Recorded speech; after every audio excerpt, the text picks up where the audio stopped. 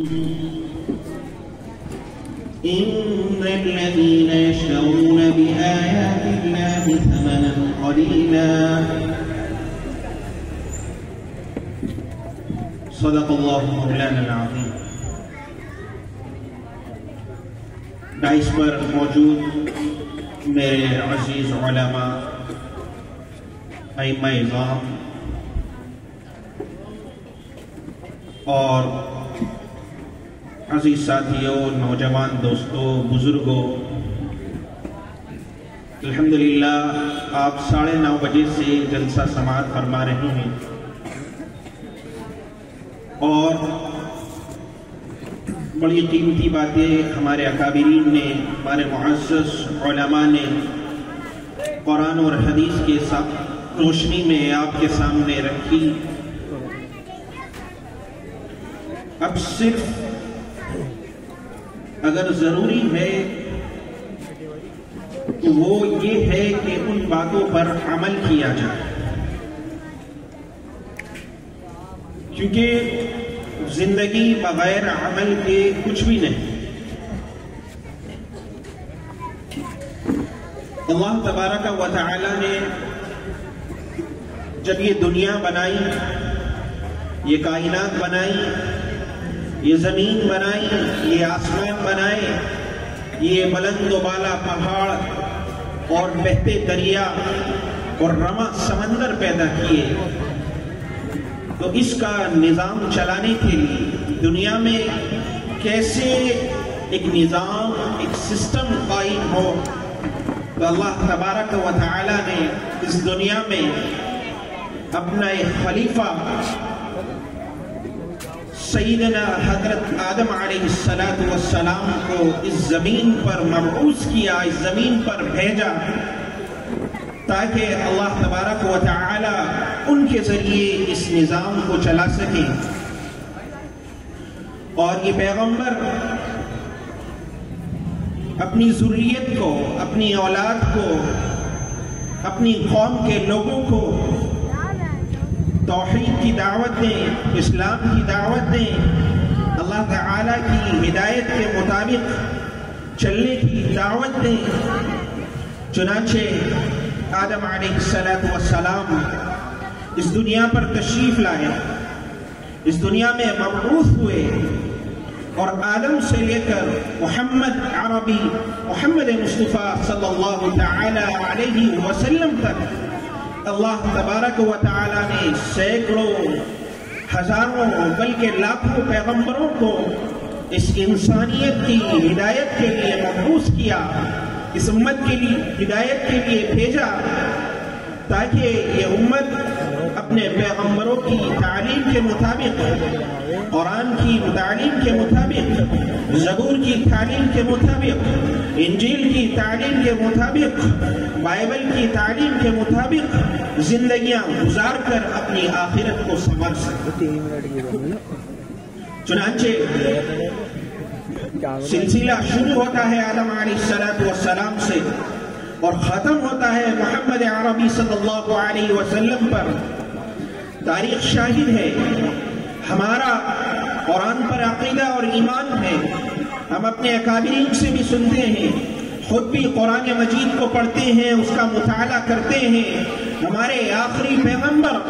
سیدنا حضرت محمد مصطفیٰ صلی اللہ علیہ وسلم نے شریعت کو اور ایک ایک چیز کو واضح انداز میں بتلا دیا، چاہے وہ ابراہیم علیہ السلام کی شریعت ہو، چاہے موسیٰ علیہ السلام کی شریعت ہو، چاہے عیسیٰ علیہ السلام کی شریعت ہو. تمام شریعت کے لوگوں کے احوال اور سب کے واقعات آپ نے واضح طور پر کھلی کتاب کے طور پر ہمیں آپ کو بتا دیے. اور یاد رکھیے، ہم بھی جانتے ہیں، آپ بھی جانتے ہیں کہ جس قوم نے اپنے نبی کی تعلیم کو ٹھکرایا، اس کو پس پش ڈال دیا، اس پر عمل نہیں کیا، اپنے